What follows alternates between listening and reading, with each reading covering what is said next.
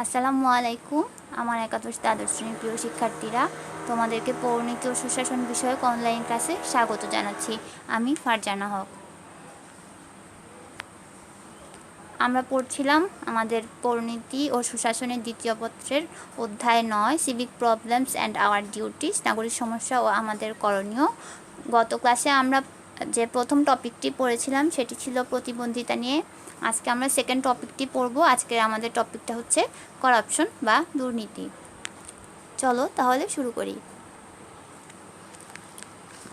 আমাদের সমাজের যে কাউকে যদি প্রশ্ন করা হয়, আমাদের সমাজ বলতে আমি শুধু বাংলাদেশের সমাজকে বলছি, আমাদের যে কাউকে যদি জিজ্ঞেস করা হয় বর্তমানে দেশে সব থেকে বড় সমস্যাটা কী, তাহলে আমার মনে হয় আমরা যে কেউ নির্বিশেষে বলবো যে আমাদের বর্তমানে সবচেয়ে বড় সমস্যাটা হচ্ছে দুর্নীতি।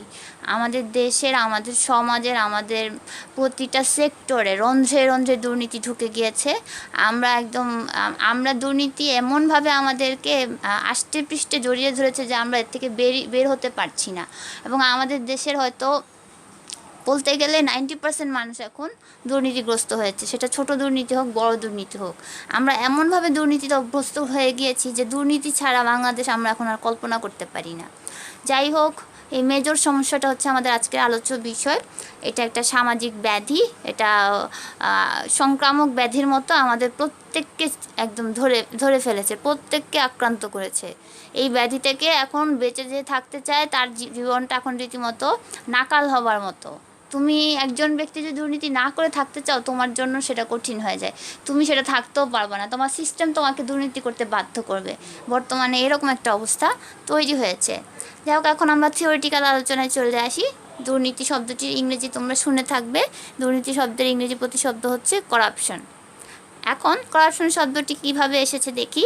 ল্যাটিন শব্দ যেটি ছিল করাপ্টাস, CORRUPTUS, করাপ্টাস শব্দটির অর্থ হচ্ছে ধ্বংস বা ক্ষতি সাধন। এই করাপ্টাস শব্দটি থেকে ইংরেজি এসেছে করাপশন, যেটার বাংলা হচ্ছে দুর্নীতি, যার অর্থ হচ্ছে নেতিবাচক শব্দ, যার অর্থ নীতি বিরুদ্ধ আচরণ, অর্থাৎ নীতির বিরুদ্ধ আচরণ হচ্ছে দুর্নীতি। এটা হচ্ছে শাব্দিক অর্থভেদ করলাম আমরা। তো এই অংশটা আমাদের জন্য খুব গুরুত্বপূর্ণ হচ্ছে জ্ঞানমূলক এবং বহু নির্বাচনের জন্য। যদি প্রশ্ন করা হয় ইংরেজি করাপশন শব্দটি কোন ভাষা থেকে আসছে, তাহলে যেন আমরা বলতে পারি ল্যাটিন শব্দ করাপ্টাস থেকে এসেছে, বা করাপ্টাস শব্দের অর্থ কী, অথবা বাংলা দুর্নীতি শব্দটি কোন ইংরেজি শব্দ থেকে এসেছে আমরা যেন বলতে পারি। এখন আমরা দুর্নীতির ধারণাতে চলে আসি। দুর্নীতি বলতে আসলে আমরা কি বুঝি? আমরা মোটামুটি সবাই জানি দুর্নীতি বলতে কি বুঝি। মানে আমরা আমাদের জীবনে চলতে ফিরতে পথে দুর্নীতি ফেস করছি। নীতিবিরুদ্ধ কাজ যেটা আমরা দেখি, যেটা হওয়া উচিত, যেটা হওয়া নৈতিক কাজটা না হওয়াটাই আমাদের কাছে এখন দুর্নীতি। উপরে একটা ছোট ছবি দেখো, কি সুন্দর করে দুই লোক পিছন দিয়ে টাকা সরাচ্ছে। এই লোকগুলা সাধারণত সামনে দিয়ে টাকা এদিক ওদিক করতে এরা লজ্জাবোধ করে, এরা পেছন দিয়ে টাকা আদান প্রদান করে নেয়, তারপর তারা একজন আরেকজনকে ফেভার দিয়ে থাকে, তাই তো? এরকম কিছু ঘটে থাকে দুর্নীতির ক্ষেত্রে। যাই হোক, সাম্প্রতিককালে দুর্নীতি বিষয়টা সমগ্র বিশ্বে বহুল আলোচিত ও বলে রাখা ভালো, শুধু বাংলাদেশের ক্ষেত্রেই এটা প্রযোজ্য নয়, সমগ্র বিশ্বেই কিন্তু দুর্নীতি এখন একটা সমস্যা হয়ে দাঁড়িয়েছে। কৌটিল্য প্রায় 2000 বছর আগে, তোমরা কৌটিল্যর নাম শুনে থাকবে, ভারতীয় রাষ্ট্রবিজ্ঞানী। 2000 বছর আগে, বুঝতে পারছো, অনেক আগের ঘটনা। এবং আধুনিক যে কূটনীতির ধারণা, সেটাও কৌটিল্যর আলোচনা থেকে আমরা পেয়েছিলাম। কৌটিল্য প্রায় 2000 বছর আগে তার যে অর্থশাস্ত্র বইটি আছে, অর্থশাস্ত্র বইটিতে দুর্নীতি নিয়ে আলোচনা করেছিলেন। ট্রান্সপারেন্সি ইন্টারন্যাশনাল মনে করে যে সমকালীন বিশ্বের অন্যতম বড় চ্যালেঞ্জ হচ্ছে দুর্নীতি। এটি সুশাসনকে দুর্বল করে, সরকারি নীতিসমূহকে কলুষিত করে, সম্পদের অসম বন্টন ঘটায়, বেসরকারি খাতকে বিশেষ করে দরিদ্র জনগণের দুর্ভোগ বাড়ায়। এবং আমি আমার দৃষ্টিতে দেখি যে দুর্নীতি যেটা সবচেয়ে বেশি করে সেটা হচ্ছে এই যে বৈষম্যটা মারাত্মক আকার ধারণ করে। একটা শ্রেণী ফুলে ফেঁপে তাল গাছ হয়ে যায়, আর একটা শ্রেণী লতা হয়ে কোনো রকমে দাঁড়িয়ে বাঁচতেও পারে না, মানে তাদের বাঁচার কোনো অবস্থাই থাকে না। এরকম হচ্ছে এটা অসম একটা বন্টনের মতন একটা ভীষণ বৈষম্যের সমাজ, যেখানে আমরা শুধু দেখি মাথা পিছু আয় দারুণভাবে বেড়ে যাচ্ছে, আমাদের মাথা পিছু আয় কিন্তু বেড়েই যাচ্ছে, কিন্তু আমরা যেটা দেখি সেটা হচ্ছে গড়, অ্যাভারেজ। কারণ আমাদের একটা শ্রেণীর হাতে অনেক টাকা, আরেকটা শ্রেণীর হাতে টাকা নাই, ফলে গড় করলে দেখা যায় যে ভালোই তো, সবাই ভালোভাবেই তো চলছে, এরকম একটা সমস্যা। দুদক অর্থাৎ দুর্নীতি দমন কমিশন প্রদত্ত হ্যান্ড ব্রোশিয়ারে বলা আছে ব্যক্তি স্বার্থ অর্জনের বা ব্যক্তিগত লাভের উদ্দেশ্যে অর্পিত ক্ষমতার অপব্যবহার হচ্ছে দুর্নীতি। এটা আমরা বেশি প্রয়োগ দেখি যেহেতু সরকারি ক্ষেত্রে, আর বেসরকারি খাতও কম যাচ্ছে না, এখন তো সব খাতেই আছে। তো তোমাকে যে ক্ষমতা দেওয়া হয়েছে বা তোমাকে যে পদটা দেওয়া হয়েছে, তুমি যদি এই পদের অসৎ ব্যবহার করো তাহলে সেটাই দুর্নীতি। ধরো আমি আমার পদের কথা বলছি, এমন যদি হয় যে আমি আমার পদের অসৎ ব্যবহার করছি, যে আমি জনৈক ছাত্রীকে আমার কাছে না পড়লে তাকে আমি পাশ করাবো না, এরকম একটা মানে স্কুল বা কলেজের টিচারদের ক্ষেত্রে ছোটোখাটো দুর্নীতি এই ধরনের দেখা যায় যে এরকমটা তারা করে থাকে। এনিওয়ে আমি তোমাদের কাউকেই পড়াই না, প্রাইভেটে কাউকেই পড়াই না আমি। যাই হোক, এরকম হচ্ছে দুর্নীতি যে আমি আমার পদের অসৎ ব্যবহার করলাম, ক্ষমতার অপব্যবহার করলাম যেটা আমাকে দেওয়া হয়েছে। আমার পদ আমাকে দায়িত্ব দিয়েছে, আমি আমার দায়িত্ব পালন না করে আমি এটাকে একটা অস্ত্র হিসাবে ব্যবহার করলাম বা টাকা আর্ন করার একটা মাধ্যম হিসেবে ব্যবহার করলাম, তখন সেটা দুর্নীতি দাঁড়িয়ে যায়। আমি রেড মার্ক করে দিয়েছি, মুখস্থ করতে হবে, কিছু করার নেই। এবং ব্রুশিয়ারে দুদক প্রদত্ত সংজ্ঞাটিতে আরও বলা হয়েছে যে কর্মকাণ্ড সাধারণভাবে গ্রহণযোগ্য নয় তাকেই কিন্তু দুর্নীতি বলা হয়। আমি শুরুতে সেটাই বলছিলাম, যেগুলো আমাদের দৃষ্টিতে নৈতিক না অনৈতিক সে কাজ সবগুলাই দুর্নীতি, যেগুলো ইমোরাল আনএথিক্যাল এগুলো সবই দুর্নীতি। দুর্নীতির ধারণা ও সংজ্ঞা আমরা তাহলে তোমরা যখন আমি সবসময় বলি যে স্ট্যান্ডার্ড সংজ্ঞাগুলো মুখস্থ করে ফেলবে, আমরা নাম্বার বেশি পাওয়ার জন্য মুখস্থ করতে বলি। এমনিতে ধারণা লিখলে যে নাম্বার পাবা না তা না, নিজের ভাষায় লিখলেও নাম্বার পাবে। তো একটু বেশি নাম্বার পাওয়ার আশা করলে একটা সুন্দর সংজ্ঞা মুখস্থ করলে ভালো হয়। সেটা দুর্নীতির ক্ষেত্রে ট্রান্সপারেন্সি ইন্টারন্যাশনাল সংজ্ঞাটা ভালো, এটা পড়তে পারো, বা দুদকের যে হ্যান্ডবুক ব্রুশিয়ারের যে আছে সেটা পড়তে পারো। এছাড়া অক্সফোর্ড ডিকশনারি বলছে কি দুর্নীতি অর্থ অস্বাভাবিক উপায়ে কোনো কিছু করা, যেটা স্বাভাবিক না, স্বাভাবিক যেটা হওয়ার কথা সেটা না করে অস্বাভাবিক কিছু করলে সেটাকে আমরা বলছি দুর্নীতি। সোশ্যাল ওয়ার্ক ডিকশনারি বলছে রাজনৈতিক সরকারি প্রশাসনে ঘুষ, বল প্রয়োগ করা, ভয় প্রদর্শন করা, প্রভাব, বিশেষ সুযোগ সুবিধা প্রদানের মাধ্যমে ক্ষমতার অপব্যবহার এবং এসবের মাধ্যমে ব্যক্তিগত সুবিধা গ্রহণকে বলা হয় দুর্নীতি। অর্থাৎ আমি ঘুষ নেই, ভয় প্রদর্শন করি, বা আমি কোনো ধরনের থ্রেট দিয়ে যে কোনোভাবে আমি আমার ব্যক্তিগত স্বার্থকে ফুলফিল করছি, সেটাই হচ্ছে দুর্নীতি।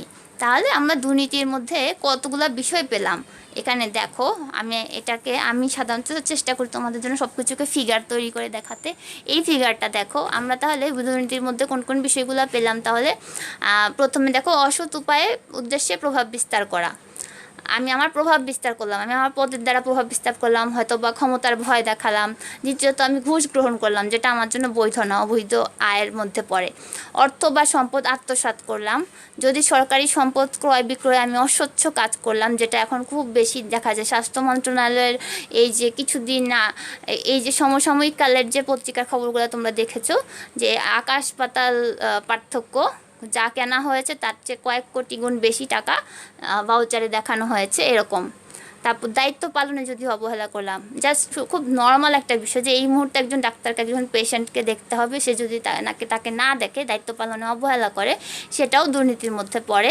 ক্ষমতার অপব্যবহার, ভীতি প্রদর্শন করে সুবিধা আদায় করা, ব্যক্তি স্বার্থ উদ্ধারের জন্য অন্যের উপর মানসিক নির্যাতন করা, প্রতারণা করা, স্বজনপ্রীতি করা, যেটা আমরা চাকুরি নিয়োগের ক্ষেত্রে দেখে থাকি, যে একজন মেধাবী ক্যান্ডিডেটকে বাদ দিয়ে নিজের আত্মীয় বা এ ধরনের কাউকে চাকুরিতে নিয়োগ দেয়, এ ধরনের স্বজনপ্রীতি আমরা দেখি।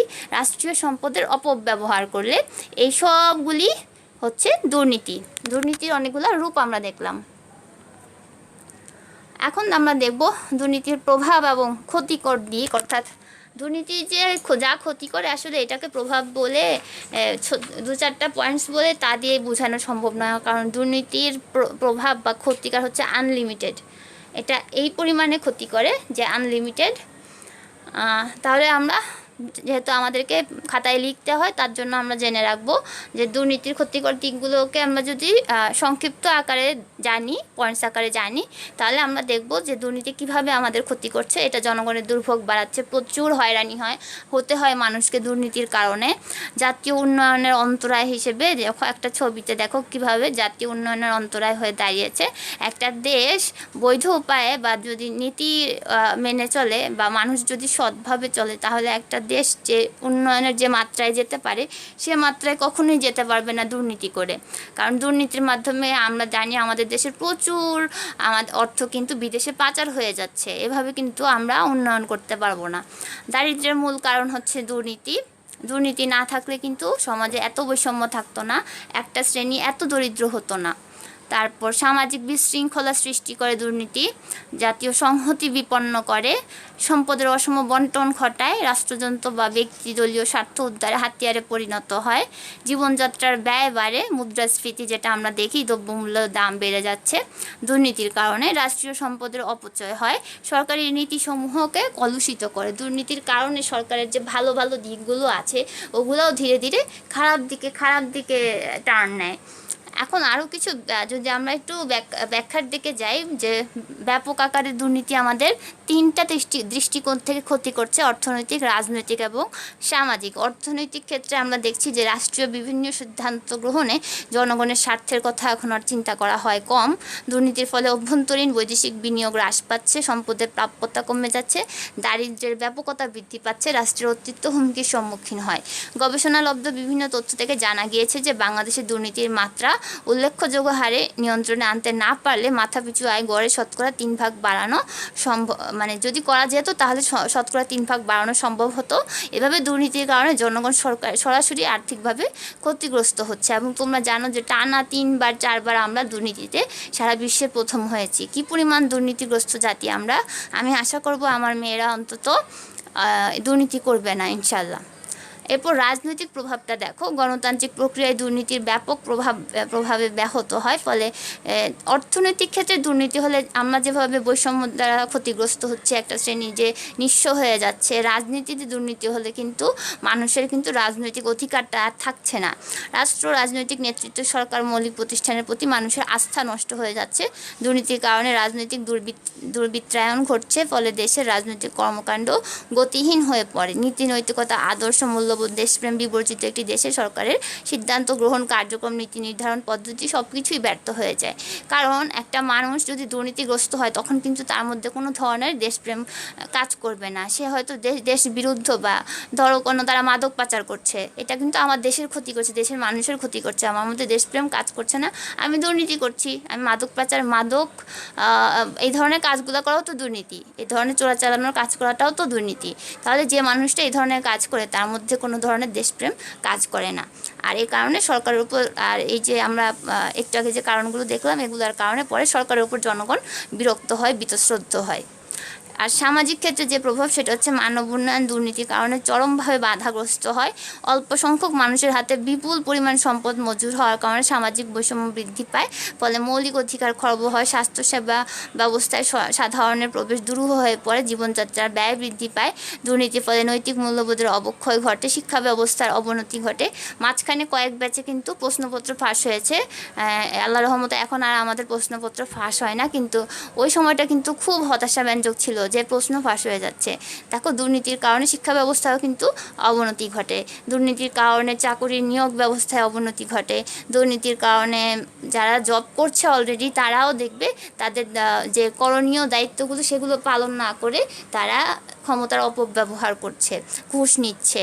তাদের যে কাজটা তার জন্য সরকার তাকে পে করছে, সরকারি কর্মকর্তাদের যে কাজের জন্য পে করা হচ্ছে জনগণের ট্যাক্সের টাকায়, সে হয়তো যদি দুর্নীতিগ্রস্ত হয়ে থাকে তাহলে সে টাকা তো সে পাচ্ছেই, উপরন্তু সে ঘুষ নিয়ে তার দায়িত্ব পালন করছে, ঘুষের বিনিময়ে দায়িত্ব পালন করছে। এভাবে মানুষজনকে হয়রানি করছে। তো সামাজিক ন্যায় বিচার প্রক্রিয়া ব্যাহত হয়, সুযোগ সীমিত হয়ে পড়ে, বলে অপরাধ প্রবণতাও বেড়ে যায়। এই হচ্ছে দুর্নীতির আসলে ক্ষতিকর দিক। বলতে শুরু করলে শেষ হবে না, অজস্র ক্ষতিকর দিক। পরের স্লাইডে চলে যাই। দুর্নীতির কারণগুলো কি তাহলে দেখি। পয়েন্টস আকারে আমরা দেখব দুর্নীতির কারণগুলো। বিভিন্ন কারণে দুর্নীতি সংঘটিত হতে পারে। প্রথমত রাষ্ট্রীয় প্রতিষ্ঠানগুলোতে যদি স্বচ্ছতার অভাব থাকে, উপর থেকে সাধারণত দুর্নীতি নিচের দিকে আসে, নিচের থেকে উপর দিকে কমই যায়, উপর থেকেই আসে। বস যদি দুর্নীতিগ্রস্ত হয় তখন বসের অধীনে স্টাফরাও দুর্নীতিগ্রস্ত হয়ে যায়, এটাই স্বাভাবিক। তো রাষ্ট্রীয় প্রতিষ্ঠানে যখন স্বচ্ছতার অভাব ঘটে তখন রাষ্ট্রীয় প্রতিষ্ঠানের অধীনস্থ ব্যক্তিরাও দুর্নীতিগ্রস্ত হয়ে যায়, তাদের অধীনস্থ যে ডিপার্টমেন্টগুলো থাকে তারা দুর্নীতিগ্রস্ত দুর্নীতিগ্রস্ত হয়ে যায়। দ্বিতীয়ত জবাবদিহিতার অভাবে যদি কোনো প্রতিষ্ঠানের ব্যক্তিদেরকে বা কোনো একটি রাষ্ট্রের প্রধান ব্যক্তিদের শাসন বিভাগের ব্যক্তিদেরকে তাদের কাজের জন্য জনগণের কাছে জবাবদিহিতা করতে না হয়, তাহলে তারা দুর্নীতিগ্রস্ত হয়ে যায়। অর্থাৎ জনগণের কাছে জবাবদিহিতা থাকলে কিন্তু তারা ভয় পেত দুর্নীতি কাজ করতে, তারা জবাব দিতে পারতো না। এই যে খিচুড়ি রান্না করার প্রশিক্ষণের জন্য এতজন মানুষ যখন বিদেশে প্রশিক্ষণ নিতে যায়, হ্যাঁ, এটার জবাবদিহিতা যদি জনগণের সামনে দেওয়া লাগতো, তাহলে কিন্তু তারা বিব্রত বোধ করতো। এই হচ্ছে আমাদের জবাবদিহিতার অবস্থা। রাজনৈতিক হস্তক্ষেপের কারণে দুর্নীতি ঘটতে পারে। সরকারের যে 3টি ডিভিশন আছে, আমরা জানি 3টি অর্গান আছে, 3টি অর্গান আমরা সেপারেশন অফ পাওয়ারে দেখেছি। এই 3টে আলাদাভাবে কাজ করলে স্বাধীন নিরপেক্ষভাবে কাজ করতে পারে। তো এখানে যদি রাজনৈতিক হস্তক্ষেপগুলো পড়ে, তাহলে কিন্তু এরা স্বাধীনভাবে কাজ করতে পারে না। আর যেটা ঘটে সেটা হচ্ছে দুর্নীতি। আমাদের প্রভুসুলভ মানসিকতা, দায়িত্ব অবহেলা, মেধা, গুণগত মানের অভাব ঘটে। আমরা আমলাতন্ত্র চ্যাপ্টারে দীর্ঘভাবে এগুলো পড়েছি। ক্ষমতার বাড়াবাড়ি দুর্নীতি ঘটায়। উচ্চভিলাষী ভোগ প্রবণতা, আমাদের দেশের মানুষজনের দুর্নীতির প্রবণতা এমন লেভেলে চলে গেছে, তাদের 1-2 কোটিতে মন ভরে না, তাদের কয়েকশো কোটি লাগে। তোমরা সেগুলো ব্যাপারে পড়ো, কয়েকশো কোটি লাগে। তাহলে বুঝো তাদের ভোগ প্রবণতা কোন পর্যায়ে চলে গিয়েছে। তাদের মনে কয়েক হাজার কোটি দিলেও তাদের পেট ভরবে না, তাদের 3-4টা বাড়িতে হয় না, তাদের 10-12টা বাড়ি লাগে, এরকম একটা অবস্থা। অর্থাৎ আনলিমিটেড ভোগ প্রবণতা। আয় ব্যয়ের অসামঞ্জস্যতা, নৈতিক শিক্ষার অভাব, অর্থ সম্পদের মালিক হবার যে প্রবণতা, তারা মৃত্যুর কথা ভুলে গিয়েছে। অধিক সম্পদ নিয়েই শুধু তারা আরও সম্পদ গ্যাদার করতে থাকে। এটা হচ্ছে কি ফিউচার, তারা নিজেও হয়তো বা চিন্তা করে না। আর রাজনৈতিক অস্থিতিশীলতা না, এগুলো হচ্ছে দুর্নীতির কারণ। পাশে একটা কিউট ছবি আছে, দেখো, উপর দিয়ে তুমি কাজ করছো, তুমি দেখাচ্ছ তুমি কাজ করছো, বিনিময়ে যদি তুমি নিচে দিয়ে ঘুষ নিয়ে তারপর তোমার দায়িত্বটা পালন করো, যদিও তুমি জানো যে সরকার তোমাকে তোমার কাজের জন্য, সেটা যদি সরকারি না হোক বেসরকারিও হোক, সেক্ষেত্রেও তোমার প্রতিষ্ঠান তোমাকে স্যালারি দিচ্ছে, আর তুমি যদি নিজ দিয়ে এরকম ঘুষ নিয়ে নাও, তাহলে সেটা তো অবশ্যই দুর্নীতি। দুর্নীতির কার্টুনগুলো কিন্তু খুব মজার, তোমরা গুগলে সার্চ করে দেখবে, দুর্নীতির কার্টুনগুলো খুব মজার দেওয়া থাকে। এখন দেখি আমরা কীভাবে দুর্নীতি প্রতিরোধ করতে পারবো। আমাদেরকে ব্রেক দ্য করাপশন চেইন, অর্থাৎ আমাদের চেইনটাকে ভাঙতে হবে। এই ছবিটা কিন্তু খুব মিনিংফুল। দেখো, ব্ল্যাক কালারের যে লোকগুলো একসাথে দাঁড়িয়ে আছে, আর মাঝখানে রেড কালারের লোকটা সে হাত ছেড়ে দিল, চেইনটা ভেঙে গেল। এইভাবে কিন্তু আমরা করাপশন চেইনটা ভেঙে দিতে পারি। কারণ করাপশন হচ্ছে করাপশন হচ্ছে অনেকটা ছড়িয়ে যাওয়ার রোগের মতো, সংক্রামক রোগের মতো ছড়িয়ে যায়। তো আমরা যদি একজন করে যদি করাপশনের বিরুদ্ধে দাঁড়াতে পারি, তাহলে এটা কমে বেড়ে আসবে। অর্থাৎ করাপশনের এগেনস্টে মানুষ যদি বাড়তে থাকে, তখন আবার সেটাও কিন্তু সংক্রামক রোগ যেমন বাড়ে, সেটাও কিন্তু তখন ইতিবাচক অর্থে বাড়তে থাকবে। দুর্নীতি প্রতিরোধের জন্য আমরা কী করতে পারি, দেখো নিচের ছবিটাতে দেখো, যখন মানুষজন রুখে দাঁড়ায় তখন দুর্নীতিবাজার পালানোর আর কোনো উপায় থাকে না। আমরা স্বাধীন, যথার্থ, ক্ষমতা সম্পন্ন, সক্রিয় দুর্নীতি দমন কমিশন গঠন করতে পারি। আমাদের একটা দুর্নীতি দমন কমিশন আছে, কিন্তু ভুল করেও ভাববা না যে দুর্নীতি দমন কমিশন আমাদের সাংবিধানিক প্রতিষ্ঠান। তোমাদের কিন্তু প্রায়শ বহু নির্বাচনীতে প্রশ্ন আসে, নিচের কোনটি সাংবিধানিক প্রতিষ্ঠান বা কোনটি সাংবিধানিক প্রতিষ্ঠান নয়, সেখানে দুর্নীতি দমন কমিশনও দেওয়া থাকে। আর আমাদের অন্য যে সাংবিধানিক প্রতিষ্ঠানগুলো আছে 4টা, সে 4টার 3টা, যে কোনো 3টা হয়তো দেওয়া থাকে। এই জন্য দেখলাম বলে মনে করাই দিলাম, দুর্নীতি দমন কমিশন কিন্তু সাংবিধানিক প্রতিষ্ঠান নয়। যাই হোক, আমাদের যে দুর্নীতি দমন কমিশনটা আছে, এটাকে আরও বেশি শক্ত, ক্ষমতা সম্পন্ন হতে হবে, যাতে দুর্নীতিবাজ যত ক্ষমতাশালী হোক না কেন, এই দুদক যেন তার বিরুদ্ধে ব্যবস্থা নিতে পারে। সরকার যেন তার দুদকের হাতে আরও বেশি ক্ষমতা দেয়। আইনের শাসন প্রতিষ্ঠা করতে হবে। আইনের শাসন কি আমরা জানি যে আইনের চোখে সবাই সমতা। সেক্ষেত্রে সে অপরাধী যত বড় প্রভাবশালী মহলের কেউ হোক না কেন, যে কোনো প্রভাবশালী রাজনৈতিক দলেরই হোক না কেন, সে যেন শাস্তি পায়। বিচার বিভাগের স্বাধীনতা সুনিশ্চিত করতে হবে। জবাবদিহিতার নীতি কার্যকর করতে হবে। ধর্মীয় অনুশাসন, নৈতিক মূল্যবোধ, যেটা আমরা স্কুল কলেজ থেকে শিখি এবং আমাদের ধর্মীয় প্রতিষ্ঠান মসজিদ থেকে শিখি, এগুলোকে আরও বেশি কার্যকর করতে হবে। নিরপেক্ষ প্রশাসন গড়ে তুলতে হবে। তারপর দক্ষ পরিচালনায় অসৎ উৎস থেকে তহবিল সংগ্রহ না করা, অর্থাৎ দল পরিচালনাগুলোর ক্ষেত্রে, অর্থাৎ রাজনৈতিক দলসমূহ যেন অসৎ উৎস থেকে তাদের ফান্ড না গঠন করে, সেক্ষেত্রে দুর্নীতি প্রশ্রয় পাবে না। তারপর গণমাধ্যমকে আরও বেশি সজাগ সচেতন ভূমিকা পালন করতে হবে, দুর্নীতিবাজদেরকে সামাজিকভাবে বয়কট করতে হবে। আমরা ইদানিং ধনী মানুষকে দেখলেই সালাম দেই, হ্যাঁ, ধনী মানুষ দেখলে আমরা তাদেরকে অধিক সম্মান দিই, মর্যাদা দিই। এই জিনিসটা সম্পূর্ণ বিপরীত হওয়া উচিত। এই জিনিসটা এমন হওয়া উচিত যে আপনার এতগুলো বাড়ি, আপনার বেতন কত, তাহলে সে আর জবাব দিতে পারবে না। অর্থাৎ তাদেরকে আমাদের সামাজিকভাবে বয়কট করতে হবে, তাদেরকে লজ্জা দিতে হবে যে আপনি আসলে কি বৈধ উপায়ে এত এত সম্পদ তৈরি করেছেন নাকি অবৈধ উপায়ে সম্পদ তৈরি করেছেন। যদি আমরা দেখি অবৈধ উপায়ে আমাদের কোনো আত্মীয় সম্পদ তৈরি করেছে, আমরা তাদেরকে বয়কট করব। এভাবে দুর্নীতিবাজদেরকে আমরা বয়কট করেও কিন্তু দুর্নীতি প্রতিরোধ করতে পারি। সরকারের সুদৃঢ় কর্মকৌশল গ্রহণ করতে হবে। এর জন্য প্রয়োজনে সরকারের উচিত একটা কমিটি গঠন করে দেওয়া, যাতে দুর্নীতি যাদের কাজ হবে দুর্নীতিকে দূর করবার জন্য কী কাজ করা যেতে পারে, অর্থাৎ তারা এখানে ইন্টেলিজেন্সের ভূমিকা পালন করবে।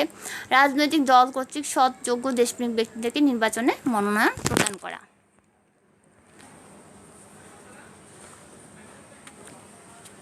এখন আমরা বাংলাদেশে আমাদের দুর্নীতির চিত্রটা দেখি। বাংলাদেশে দুর্নীতির বিস্তার ঘটেছে ব্যাপকভাবে দেশে বিদেশে। এজন্য আমাদের ভাবমূর্তি ক্ষুণ্ণ হয়েছে।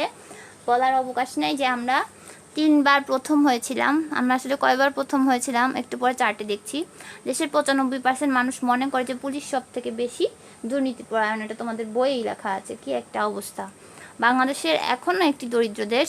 বিদেশি সাহায্য নিয়ে আমাদের উন্নয়নের চাকা সচল রাখতে হয়। প্রচুর বৈদেশিক ফান্ড থাকে। আমাদের বাজেট ফিল আপ করতে হলে, অর্থাৎ বাজেটে যে ব্যয় দেখানো হয় সেই ব্যয়টা পূরণ করার জন্য আমাদের বৈদেশিক ঋণের উপর নির্ভর করতে হয়, বৈদেশিক সাহায্যের উপর নির্ভর করতে হয়। অথচ সেই প্রাপ্ত সাহায্য যদি দুর্নীতিগ্রস্ত লোকদের পকেটস্থ হয়, তাহলে দেশের উন্নয়ন কোন দিকে হবে বা কোনো দিনই হবে না। 2004 সালের 9 মে দেশে দুর্নীতি দমন কমিশন বা দুদক আইন কার্যকর করা হয়। দুর্নীতি দমন কমিশন 2007 সালের 29শে মার্চ উক্ত আইনের 34 ধারা প্রদত্ত ক্ষমতা বলে প্রজ্ঞাপন জারি করে। এটা আমাদের এই রেড মার্ক করা অংশটা আমাদের জ্ঞানমূলক আর বহু নির্বাচনের জন্য লাগবে। ডেমোক্রেসি ওয়াচ নামে একটি গবেষণা প্রতিষ্ঠান বলেছে যে দেশের 95% মানুষ মনে করে যে পুলিশ সব থেকে দুর্নীতিপরায়ণ। এই ধারণা পোষণ করে অ্যামনেস্টি ইন্টারন্যাশনালও। এছাড়াও তাদের রিপোর্টে শিক্ষা খাত, স্থানীয় সরকার খাত, স্বাস্থ্য খাত, বন পরিবেশ খাত দুর্নীতির হতাশাব্যঞ্জক চিত্র ফুটে উঠেছে। এছাড়া বিশ্বব্যাংক, ইউএনডিপি, জাতিসংঘ, বাণিজ্য উন্নয়ন সংস্থা সহ আন্তর্জাতিক অনেক সংগঠন তাদের সাম্প্রতিক যে রিপোর্টগুলোতে দেখানো হয়েছে যে বাংলাদেশের দুর্নীতির যে বিষয়ে যে আশঙ্কা প্রকাশ করেছে সেগুলো। বিশ্বব্যাংকের এক রিপোর্টে বলা হয়েছে যে সরকারি অফিসে ঘুষ ছাড়া ফাইল নড়েই না। ঘুষ এমন এক পর্যায়ে চলে গেছে যে এটা বেতনের অংশ হয়ে গিয়েছে। ঘুষ না দিলে কোনো কাজ হয় না। ঘুষ না পেলে সরকারি কর্মচারীরা কাজে উৎসাহ পায় না। এবং আমিও দেখেছি সরকারি কাজ করার ক্ষেত্রে ঘুষ ছাড়া কিন্তু কোনো আমরা কাজ হতে দেখি না। এখানে একটা ডাটা দেখানো হয়েছে বাংলাদেশের যে ক্রমটা, দুর্নীতির যে সূচক, ইন্টারন্যাশনাল ট্রান্সপারেন্সি ইন্টারন্যাশনালের যে একটা সূচক তৈরি করে প্রতি বছর তৈরি করে তারা, যে বিশ্বের দেশসমূহ দুর্নীতিতে কোন দেশ কত ক্রমের মধ্যে আছে। 2001 সালে নিম্নক্রম অনুযায়ী আমরা প্রথম ছিলাম। নিম্নক্রম মানে বুঝতে পারো সবচেয়ে ওয়ার্স্ট আমরা দুর্নীতিতে। 2002 সালে আমরা প্রথম, 2003 সালে আমরা প্রথম, 2004 সালে আমরা প্রথম, 2005 সালে আমরা প্রথম, অর্থাৎ টানা 5 বার আমরা প্রথম ছিলাম। এরপর 2006 সালে আমরা থার্ড হই, 2007 সালে আমরা সপ্তম হই, 2008 সালে 10ম, 2009 সালে 13তম, 2010 সালে আমরা হই 12তম, 2011 সালে হই 13তম, 12 সালে 13তম, 13 সালে 16তম, 14 সালে 14তম, 15 সালে 13তম, 2016 সালে 15তম, 2017 সালে 17তম। এগুলো হচ্ছে নিচের দিক থেকে, অর্থাৎ আমরা খারাপের দিক থেকে কততম। এই যে 2001 থেকে 2011 পর্যন্ত স্কেলে আমাদের এই হচ্ছে দুর্নীতির চার্ট, যেখানে আমরা 5 বার দুর্নীতিতে প্রথম হয়েছি। এখন এই যে রেড কালার অংশ, যে বিশ্বের যে মানচিত্রটা আছে, এখানে রেড কালার পোর্শনগুলো হচ্ছে অধিক দুর্নীতিগ্রস্ত। যত বেশি ডার্ক হয়েছে তার মানে সেই রাষ্ট্রটি তত বেশি দুর্নীতিগ্রস্ত হয়েছে। একদম মেরুন কালার হয়ে গেছে তার মানে দুর্নীতি একদম সয়লাভ। দুর্নীতির এমন দৃশ্য দেখলে পাগল হয়ে যাবে, সেরকম একটা অবস্থাই হচ্ছে আমাদের বাংলাদেশের অবস্থা। স্কোর দেখো, 100-র মধ্যে 26, র্যাঙ্ক হচ্ছে 180-র মধ্যে 149তম, অর্থাৎ উপরের দিক থেকে গেলে কিন্তু আমরা অনেক পিছনে পড়ে আছি। তার মানে আমরা খারাপের দিক থেকে অনেক এগিয়ে আছি। এখন আমরা বাংলাদেশের দুর্নীতি প্রতিরোধের উপায়টা কি, আমরা কি করতে পারি আমরা সার্বিকভাবে কিছু উপায় পড়েছি এবং এখন আমরা বাংলাদেশের প্রেক্ষাপটে দুর্নীতি দূর করতে কি করতে পারি। আমরা করোনার সময় দেখেছিলাম ত্রাণ বিতরণে কোন লেভেলের দুর্নীতি হয়েছে, আমরা স্বাস্থ্য মন্ত্রণালয়ে দেখেছি কী পরিমাণ দুর্নীতি হয়েছে, এগুলো সব আমাদের চোখের সামনে ঘটা ঘটনা। তোমরা সবাই জানো কী পরিমাণ দুর্নীতিতে আমরা এখন হাবুডুবু খাচ্ছি। এখন আমাদের যেটা করতে হবে, হটাও দুর্নীতি বাঁচাও দেশ। তার জন্য আমাদের করণীয় কি, প্রথমত স্বাধীন দুর্নীতি দমন কমিশন গঠন করতে হবে। দুর্নীতি যেহেতু বাংলাদেশের একটা বিরাট চ্যালেঞ্জ, এই সমস্যার সমাধানের জন্য কোনো একক প্রতিষ্ঠান আসলে সমাধান করাটা কঠিন হয়ে যাবে। আমরা দুদক, একটা শক্তিশালী দুদক গঠন করব এবং সেই দুদকটা অবশ্যই শাসন বিভাগ থেকে যেন সাহায্য পায়, অন্যান্য সরকারি প্রতিষ্ঠান থেকে যেন সহযোগিতা পায়, তারপর যেন শক্তিশালীভাবে সে তার দায়িত্বগুলো পালন করতে পারে। তো দুর্নীতি দমন কমিশন তো তৈরি হয়েছে, কিন্তু কার্যকরভাবে দুর্নীতি দমন করতে পারছে না। সেক্ষেত্রে আমাদের যেটা করতে হবে, এই যে দুদকের যে নিরপেক্ষতা, স্বাধীনতাটা অধিক কার্যকর করতে হবে। দ্বিতীয়ত রাজনৈতিক সদিচ্ছা থাকতে হবে। রাজনীতিবিদরা দুর্বৃত্তায়নে বা রাজনীতিবিদরা দুর্নীতিগ্রস্ত হয়ে গেলে সাধারণ মানুষের কাছে প্রত্যাশাটা করা অমূলক হয়ে যায়। রাজনীতিবিদদেরকে এবং রাজনৈতিক দলগুলোকে দুর্নীতি মুক্ত হতে হবে এবং তাদের ছত্রছায়া যেন কোনো দুর্নীতিগ্রস্তকে ছাড় দেওয়া না হয়, তাদের স্বার্থ উদ্ধারের চেষ্টা না করা হয়, বরং দুর্নীতি দমনের জন্য সবচেয়ে বেশি গুরুত্বপূর্ণ ভূমিকা থাকবে তাদের রাজনৈতিক সদিচ্ছা। দুর্নীতিগ্রস্ত রাজনীতিবিদদের শাস্তি প্রদান করার মাধ্যমে রাজনীতিবিদদেরকে বোঝাতে হবে যে রাজনীতি যারা করে তারা দুর্নীতিগ্রস্ত হওয়া চলবে না। বাংলাদেশে এক শ্রেণীর রাজনৈতিক নেতা সবচেয়ে বেশি দুর্নীতি করে থাকে, তো দুর্নীতিগ্রস্ত রাজনীতিকদের যেন রাজনীতিক অংশগ্রহণ করতে না পারে সেটা সুনিশ্চিত করতে হবে। ইভেন ইলেকশন কমিশন যদি অধিক শক্তিশালী হয়, তাহলে তারা নির্বাচনের আগে তারা যাচাই বাছাই করবে, যারা দুর্নীতিগ্রস্ত তাদেরকে নমিনেশনই দিবে না। এমনটা যদি সুনিশ্চিত করা যায় তাহলে তো আরও ভালো। এছাড়া প্রশাসনিক সংস্কারের মাধ্যমে দুর্নীতি দূর করা যেতে পারে। জনপ্রশাসন যদি দুর্নীতির প্রতিরোধে, আমরা জানি আমাদের প্রশাসন কতটা দুর্নীতির দুর্বৃত্তায়নে পড়ে গিয়েছে, আমাদের প্রশাসনকে দুর্নীতিমুক্ত হতে হবে। জনপ্রশাসনকে আরও বেশি জনবান্ধব হতে হবে, জনগণের প্রয়োজনে তাদেরকে কাজ করতে হবে, জনগণের সেবায় তাদেরকে কাজ করতে হবে। ঘুষের বিনিময়ে যে কাজের যে রেওয়াজ চালু হয়েছে এটা বন্ধ করতে হবে। তারপর স্বচ্ছতা, জবাবদিহিতা সুনিশ্চিত করতে হবে। ন্যায়পাল নিয়োগ দিতে হবে। আমাদের সংবিধানে কিন্তু ন্যায়পালের কথা বলা আছে, কিন্তু আজ অবধি, স্বাধীনতার পর আজ অবধি ন্যায়পাল পদে কাউকে নিয়োগ দেওয়া হয়নি, কারণ এই পদের কাজটাই হচ্ছে ক্ষমতাধর বা প্রজাতন্ত্রের যেসব লোক দুর্নীতিগ্রস্ত তাদের কাজগুলো ধরা। এই জন্যই পদটা হয়তো বা এখনও শূন্য আছে। এই পদে লোক নিয়োগ দিতে হবে। সামাজিক আন্দোলন গড়ে তুলতে হবে। বাংলাদেশে যারা সৎ মেধাবী সরকারি কর্মকর্তা আছে, সেটা বেসরকারিও হতে পারে, তারা যারা কিনা অনেক প্রলোভন থাকা সত্ত্বেও সততা, ন্যায় নীতি বজায় রাখার চেষ্টা করছে, এইসব সরকারি কর্মকর্তা, সুশীল সমাজ, সাধারণ মানুষজন সবাইকে একসাথে দুর্নীতির বিরুদ্ধে আন্দোলন তৈরি করতে হবে। আর গণমাধ্যমকে আরও অধিক পরিমাণে শক্তিশালী হতে হবে, নিরপেক্ষ ভূমিকা পালন করতে হবে, দুর্নীতির বিরুদ্ধে সোচ্চার হতে হবে গণমাধ্যমকে, এবং দুর্নীতিগ্রস্তদেরকে এমনভাবে ফোকাস করতে হবে যে তারা যেন লজ্জায় সমাজে চলতে না পারে। সুশীল সমাজের এখানে ভূমিকা আছে দুর্নীতির বিরুদ্ধে সাধারণ জনগণকে সচেতন করার ক্ষেত্রে। রাজনৈতিক দল এবং সুশীল সমাজের ইতিবাচক ভূমিকা রাখতে পারে। সুশীল সমাজের সদস্যরা নানা ধরনের অসঙ্গতি, দুর্নীতির বিরুদ্ধে নাগরিকদের সচেতন করে তুলতে পারে। আর এভাবে আমরা, আর সবচেয়ে বেশি বড় ভূমিকা রাখতে পারে হচ্ছে আমাদের যে আপকামিং জেনারেশন, অর্থাৎ তোমরা যদি ওয়াদা করো যে তোমরা ভবিষ্যৎ প্রজন্ম আর দুর্নীতি করবে না, এই বাংলাদেশে যা ধ্বংস হওয়ার হয়ে গেছে, পরবর্তী বাংলাদেশ যেন দুর্নীতিমুক্ত বাংলাদেশ হয়, সেজন্য তোমরা চেষ্টা করবে। তাহলে আমরা হয়তো আশা করি যে ভবিষ্যতে আমরা একটা দুর্নীতিমুক্ত বাংলাদেশ পাবো। নিচের কার্টুনটা কিন্তু খুব মজা, তোমরা খেয়াল করেছো কি? সততা বানানটা, মানে মানুষ অসৎ হতে হতে যা হয়, যে সততা বানানটাই ভুলে গেছে। পরবর্তী স্লাইডে যাচ্ছি। এখন আমরা দুর্নীতি দমন কমিশন সম্পর্কে একটু জানি। দুর্নীতি দমন কমিশন বা দুদক, ইংরেজিতে অ্যান্টি করাপশন কমিশন বা এসিসি, বাংলাদেশের দুর্নীতি দমন, নিয়ন্ত্রণ, দুর্নীতি প্রতিরোধে গঠিত একটি কমিশন। এটা 2004 সালের 9ই মে, 2004 সালের 9ই মে, এটা মনে রাখতে হবে আমাদেরকে। এটা প্রায় আসে, এটা খুব ফ্রিকোয়েন্টলি আসে। 2004 সালের 9ই মে দুর্নীতি দমন আইন অনুসারে কার্যকর হয়েছে। একজন চেয়ারম্যান, এটার গঠনটা জেনে রাখবা। একজন চেয়ারম্যান এবং 2 জন কমিশনারকে নিয়ে গঠিত হয় দুর্নীতি দমন কমিশন, এবং তাদেরকে সাহায্য করার জন্য আরও সরকারি কর্মকর্তা আছে। এটার কার্যালয় হচ্ছে সেগুনবাগিচা অবস্থিত। এই সংস্থার লক্ষ্য কী, এই সংস্থার লক্ষ্যগুলো জেনে রাখো। দুর্নীতি ও দুর্নীতিমূলক কাজ প্রতিরোধ করা, যে কোনো ব্যক্তি অথবা সংস্থার বিরুদ্ধে কমিশন এখতিয়ারভুক্ত বিষয়ে কোনো অভিযোগ সমন্বিত জেলা কার্যালয়, বিভাগীয় অথবা সেগুনবাগিচা ঢাকাস্থ প্রধান কার্যালয়ে প্রেরণ করা যাবে। তাহলে তারা সেটা তদন্ত সাপেক্ষে সেটার জন্য সুপারিশ করবে। সংক্ষেপে হচ্ছে এটা দুদক, এটা গঠিত হয় 9 মে 2004 সালে। অবস্থান সেগুনবাগিচা, দাপ্তরিক ভাষা বাংলা। চেয়ারম্যান বর্তমানে হচ্ছে ইকবাল মাহমুদ। এগুলো হচ্ছে অ্যাডমিশন টেস্টের জন্য আমাদের লাগে। কমিশনার অনুসন্ধান হচ্ছে ডক্টর মোজাম্মেল হক খান। কমিশনার তদন্ত হচ্ছে AFM আমিনুল ইসলাম। আচ্ছা, আমরা এটার ছবিও দেখবো এখন। দুর্নীতি দমনের এখন গঠনটা আমরা দেখে নেই। দুর্নীতি দমন কমিশন বর্তমানে একজন চেয়ারম্যান, দুজন কমিশনার সমন্বয়ে গঠিত।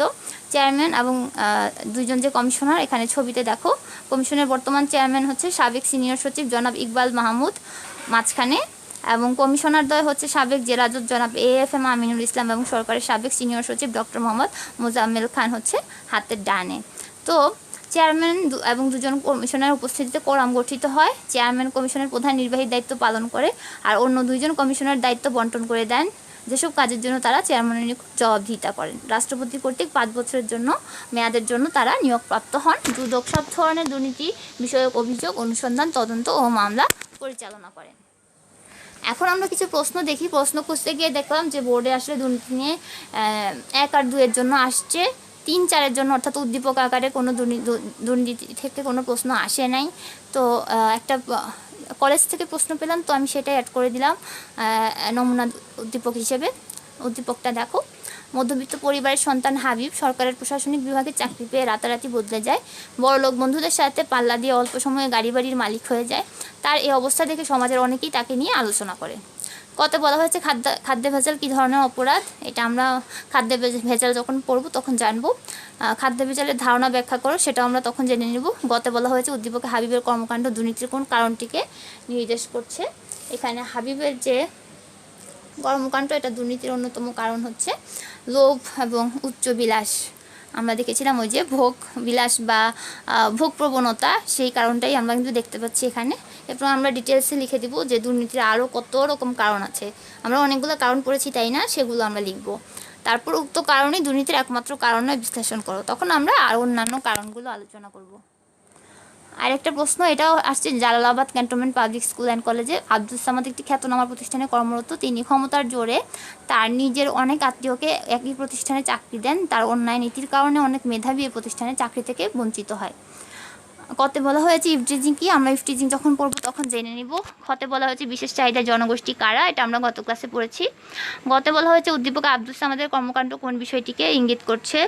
উদ্দীপকে আব্দুল সামাদের কর্মকাণ্ড দুর্নীতির বিষয়টাকে ইঙ্গিত করছে, যেটা হচ্ছে চাকরি নিয়োগের ক্ষেত্রে যে দুর্নীতি আমরা যেটা পেলাম, যে সামাজিক ব্যাধি দুর্নীতির বিষয়কে ইঙ্গিত করছে। এরপর আমরা দুর্নীতি সম্পর্কে ধারণার অবতারণা করব। আর ঘতে বলা হয়েছে নাগরিক সচেতনতা ও আইনের যথার্থ প্রয়োগই পারে সমাজকে এই সামাজিক ব্যাধি হতে মুক্ত করতে। তাহলে আমরা এটা হচ্ছে উচ্চতর দক্ষতার প্রশ্ন, সেখানে আমরা কিভাবে দুর্নীতি, নাগরিক সচেতনতা এবং আইনের প্রয়োগের মাধ্যমে কীভাবে দুর্নীতি দূর করা যায় সেটা আমরা ডিটেলসে আলোচনা করব। আজ তাহলে এ পর্যন্ত থাক। পরবর্তী ক্লাসে আমরা পরবর্তী টপিক নিয়ে আলোচনা করব। সবাই ভালো থাকো। আল্লাহ হাফেজ।